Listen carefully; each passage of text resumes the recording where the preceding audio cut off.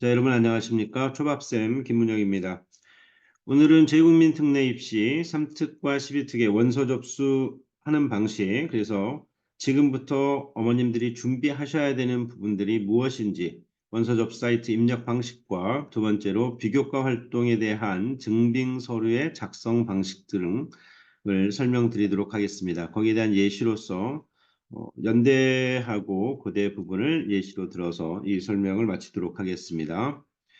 자, 먼저 보시게 되면요. 원서 접수 안내. 자, 모든 대학의 접수는 서류, 그리고 제출 서류, 그리고 입력하는 내용들이 좀 비슷합니다. 비슷하지만 부모님들이나 학생들이 희망하는 대학의 입학 요강을 정확하게 읽어서 요구사항에 맞춰서 입력하고 그리고 또 제출하는 게 우선입니다. 자, 그렇게 하기 위해서 이제 많은 어머님들이 원서 접수를 위해서 첫 번째로 해야 되는 일들이 있습니다. 첫 번째로는 여기에 나와 있는 것처럼 두 개의 사이트인 진학사와 UA 이 두 곳에 회원 가입을 먼저 하셔야 됩니다. 그리고 이제 희망 대학이 어머님들이 나중에 4월 초 정도면 거의 모든 대학들이 이제 전형 요강들이 다 나옵니다. 그러면 거기에 접속하셔서 진학사인지 UA인지 원서 접수를 하라고 하는 곳에 들어가셔가지고 원서 접수 사이트에 접속해서 접수를 시작하시면 됩니다.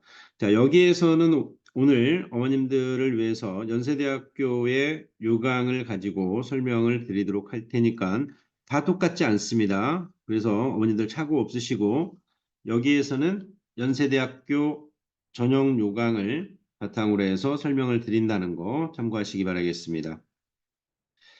자, 원서 접수 사이트에서 이제 우리가 필수적으로 입력해야 되는 게 있습니다. 이것은 출력해서 제출하지 않는 겁니다. 그래서 거기에 보면 제출 서류에 보시게 되면 입학 원서, 원서 접수 사이트 입력을 하시면 되는 거예요. 그 다음에 여기에 나와 있는 이제 수학 기록, 수학 기간 기록표가 나와 있죠. 초중고교에 재학한 모든 학교를 다 입력하셔야 되는 거예요. 그래서 접수를 하시기 이전에 가장 좋은 방법은 이 수학 기간 기록표에서 오류를 하지 않고 제대로 입력하는 방식은 어머님들이 미리 그 희망하시는 대학의 모집 요강이나 재외국민 사이트에 들어가셔가지고 수학기간 기록표 양식을 다운받아가지고 그 원본 서류를 갖다가 한번 작성해 보시는 거예요. 작성을 하시고 난 다음에 그거를 보고서 접수를 하시면 오타 없이 또 실수 없이 꼼꼼하게 정확하게 입력하실 수 있다는 겁니다. 그다음 세 번째는 이제 해외 학교 관련 사항 기록표인데요. 이거는 역시 마찬가지로 접수 이전에 이것도 양식을 먼저 다운받아서 기록해보고 입력하기를 추천드립니다. 그래서 중고교 과정의 학년, 학기별, 학기 시작일과 종료일 등이 정확하게 입력이 돼야 됩니다. 그다음 네 번째로 이제 학력조회 동의서 및 학력조회 의뢰서입니다. 이거는 여기에 나와 있는 요 2번과 이 3번을 바탕으로 해서 학력 조회할 예정으로 재학한 학교에 대한 정확한 정보를 입력하시고요. 그런 다음에 원서 접수 사이트에서 학력 조회 동의에 대해서 그 서명을 반드시 하시는 게 필수라는 거. 이거 안 하시면 서류 다 내셔도 무효입니다. 아시겠죠? 잊지 마시고 요 4번 요 사항 꼭 지켜서 하시기 바랍니다. 다음으로 가보겠습니다. 네 번째 이제 원수접 사이트의 필수 입력. 여기에서는 이제 합격한 다음에 원본을 반드시 제출해야 됩니다. 이 부분. 자, 원서 접수를 하실 때 어떻게 하셔야 돼요? 먼저 서류를 스캔하셔야 되겠죠. 서류를 스캔해서 업로드를 하시는 거예요. 그리고 이것은 업로드된 이 서류 스캔해서 업로드한 자료들을 반드시 해당 학교에 합격한 후에는 원본 제출을 필수로 한다라는 거 알아두시기 바랍니다.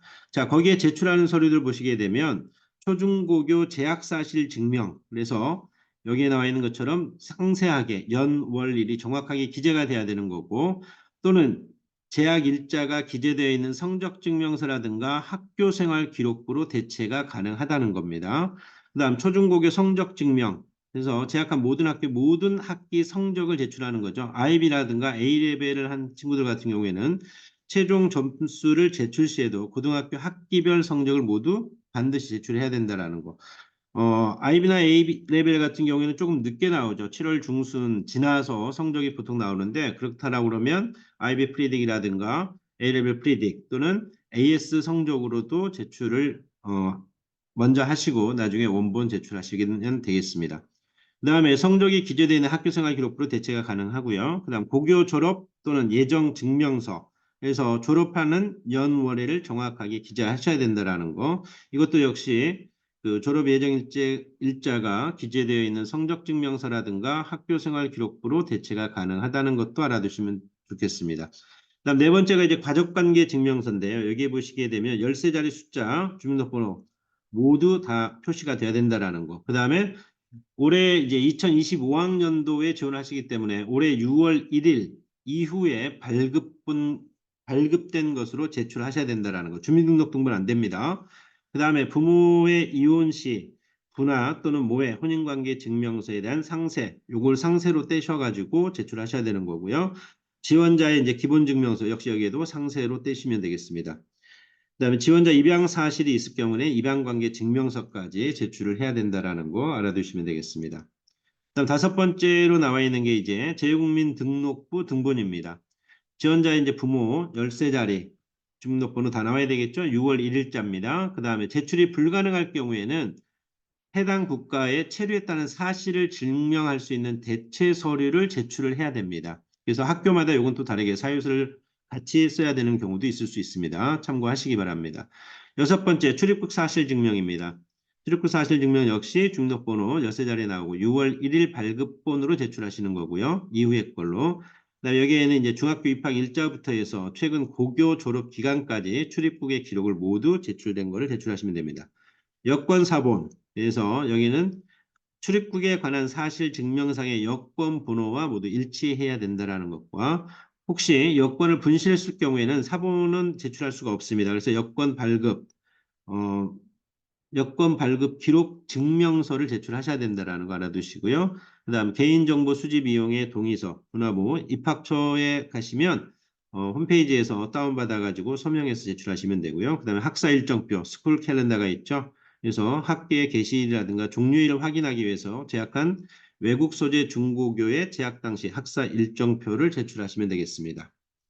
다음으로 가보겠습니다. 다섯 번째, 원서 접수 사이트의 선택적인 거예요. 이건 이제 선택적이라는 거는 있으면 내고 없으면 안 내셔도 되는 거예요. 그래서 원서를 이제 그 접수 사이트 이렇게 선택적 입력 부분이지만 이거를 썼다.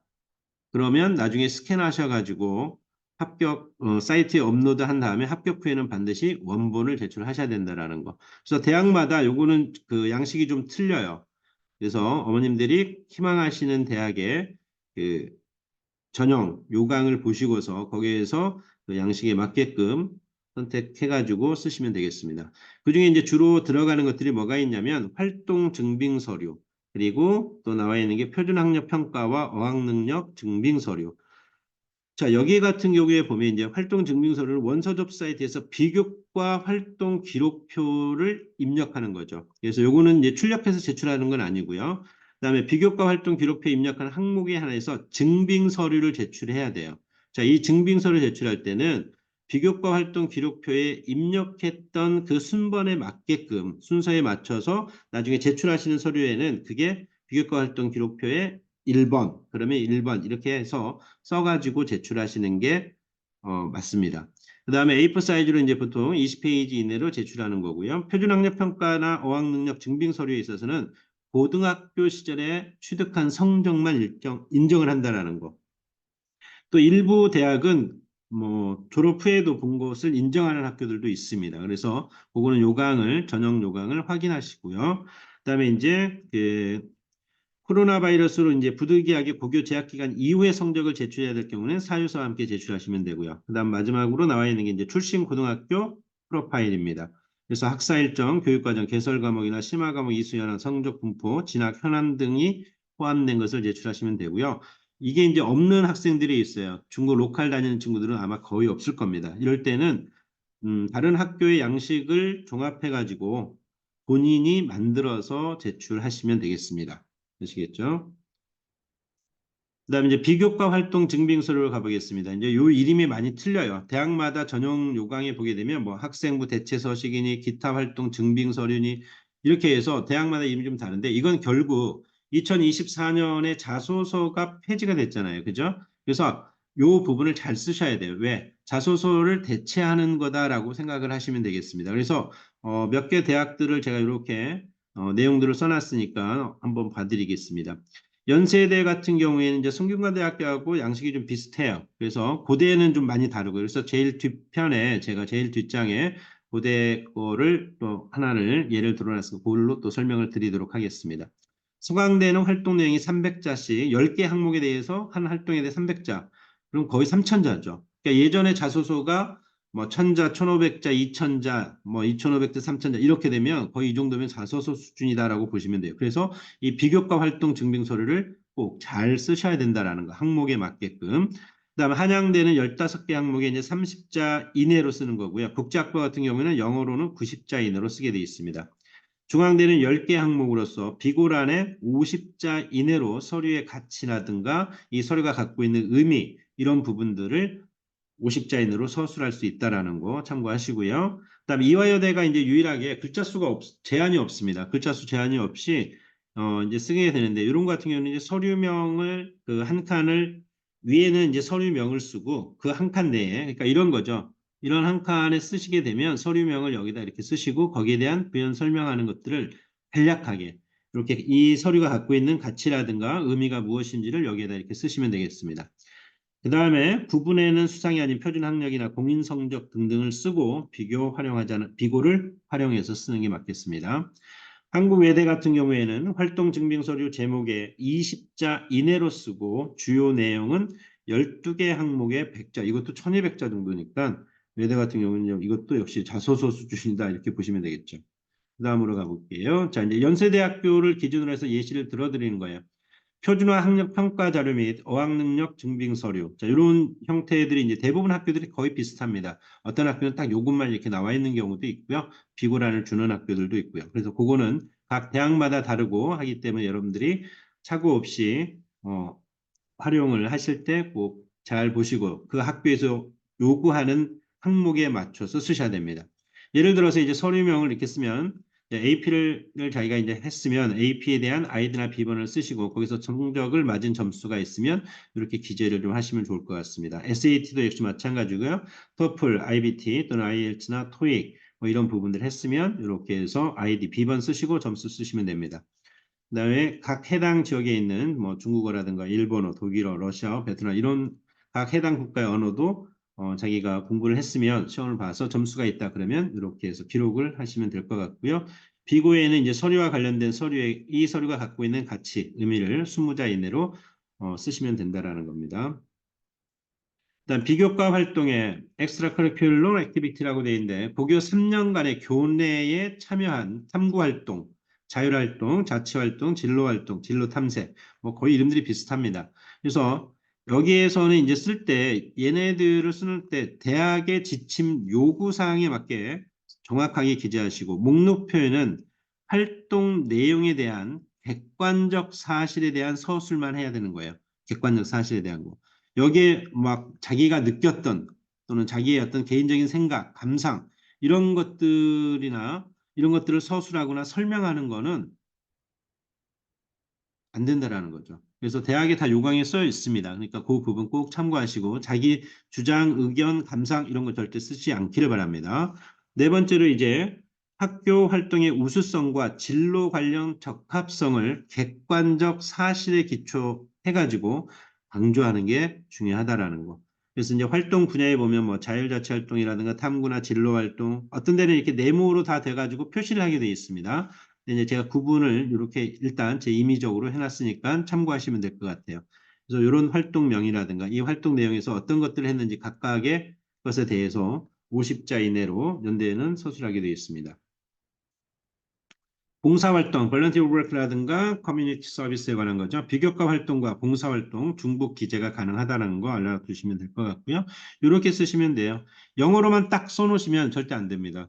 이거는 활동에 대한 내용을 봤을 때 영어로만 이렇게 딱 써놓고 나면 모르잖아요. 그죠? 그래서 활동 내용 이게 뭔지 그래서 영어로 우회를 그 활동명을 주셨으면 그 밑에는 이게 무엇에 관한 건지 학교 축제 행사 때 뭐 방송팀을 했다든가 시설팀을 했다든가 아니면 사회를 봤다든가 이런 간략한 그 내용을 기재해 주시면 좋을 것 같습니다. 자, 이제 고려대학교 이제 고려대학교가 좀 다른 학교들하고 많이 틀려요. 그래서 활동 증빙 이 목록표가 갖는 의미는 재학 기간 동안의 학습과 활동의 성취와 결과를 보여줌으로써 학업적 능력과 자 활동, 학습과 활동의 성취, 결과 이걸 보여주고 학업적 능력과 활동의 우수성 이걸 보여주셔야 돼요. 이게 뭐하고 관련되냐면 전공 적합성 그죠? 그 부분이니까 우리 과를 오기 위해서, 우리 학교를 오기 위해서 이 학생이 어떤 활동을 했고 어떤 학습 활동과 결과를 가지고 있는지 그리고 이 친구가 가지고 있는 학업적 능력과 활동의 우수성이 얼마인지를 보여주는 그 정성평가의 자료가 되겠습니다. 지원 학과에 대한 전공 적합성을 위해서 본인의 노력과 결과를 보여주는 의미를 가지고 있다는 거. 삼택 같은 경우에는 그 면접이 있는 학교들이 있잖아요. 그중에서 기타 활동 이 증빙 서류는 면접의 대상이 아닙니다. 아시겠죠? 그렇기 때문에 기타 활동 증빙서를 썼으니까 막 그거를 거의 다시 복습하듯이 다 외워가지고 가는 친구들이 있는데 꼭 그러야 될 필요성은 없습니다. 왜냐하면 면접 대상이 아니기 때문에 하지만 가끔 간혹 기타 활동 증빙 서류에 있는 내용을 물어보는 학교도 있지만 실질적으로는 면접 대상이 아니라는 거. 그래서 자기가 한 활동이고 자기가 한 결과이기 때문에 자기가 얻은 결과이기 때문에 아마 충분히 설명이 가능할 것으로 보입니다. 자, 작성법은 앞에서 얘기했던 내용과 동일합니다. 지침 요구사항에 맞게 정확히 기재하고 목록표는 활동 내용에 대한 객관적 사실에 대한 서술만 하시는 거, 주관적인 의견이나 감상, 자기의 주장 이런 것들을 서술하는 건 안 해야 된다라는 거. 그다음 학교 활동의 우수성과 진로 관련 적합성을 객관적 사실에 기초해서 강조하자는 거죠.